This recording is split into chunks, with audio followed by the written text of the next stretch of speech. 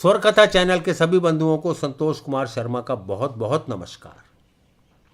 मित्रों, हमारा प्राचीन साहित्य इतनी मनोरंजक और ज्ञानवर्धक कथाओं से भरा हुआ है जिससे हम आज भी बहुत प्रेरणा ले सकते हैं, और हमारी पुरानी कथाओं में तो इसका अंबार लगा हुआ है।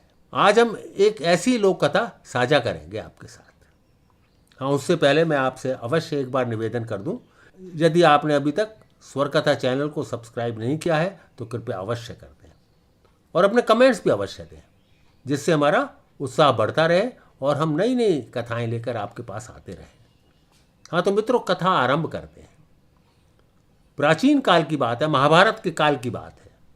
एक गरीब ब्राह्मण था, उसको अपनी पुत्री का विवाह करना था। उसके पास आर्थिक तंगी थी और वो विवाह के लिए पैसा जुटाने में असमर्थ था।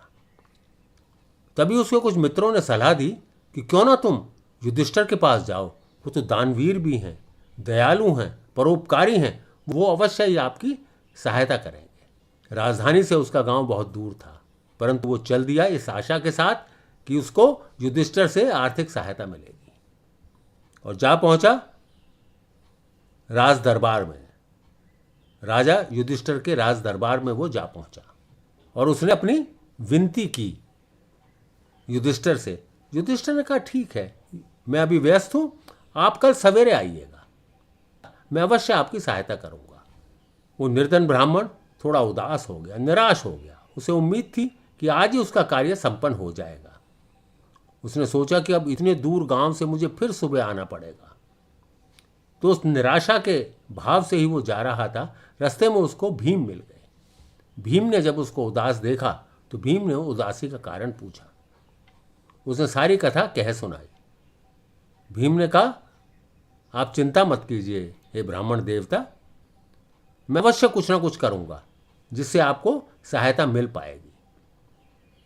तभी क्या देखते हैं, ढोल नगाड़े बज रहे हैं, बाजे गाजे के साथ विक्ट्री प्रोसेशन यानी कि जीत का जुलूस निकल रहा है, जैसे बहुत बड़ी जगह पे कोई विजय प्राप्त की हो।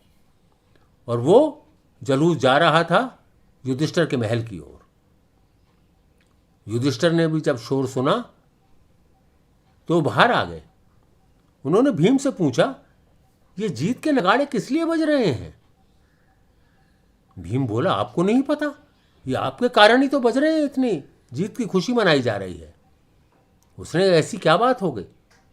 कहने लगे, कमाल है, आपने अभी अभी एक ब्राह्मण को वचन दिया है सुबह सहायता करने के लिए।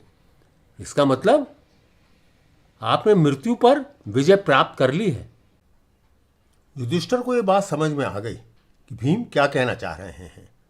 उन्होंने तत्काल उस ब्राह्मण को बुलाया और खूब दान देकर, खूब वस्त्र धन आदि देकर उसको विदा किया।